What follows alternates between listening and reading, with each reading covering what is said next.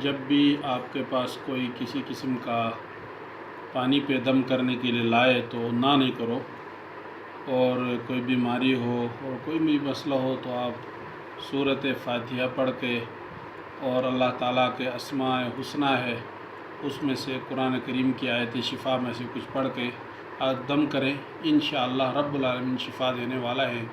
और अल्लाह की ज़ात से उम्मीद रखें कि कभी भी नाउमीद ना हो। ला तक़नतू मिन रहमतिल्लाह, अल्लाह ताला की रहमत से कभी भी नाउमीद नहीं होना चाहिए, इसलिए दम करना चाहिए उसे।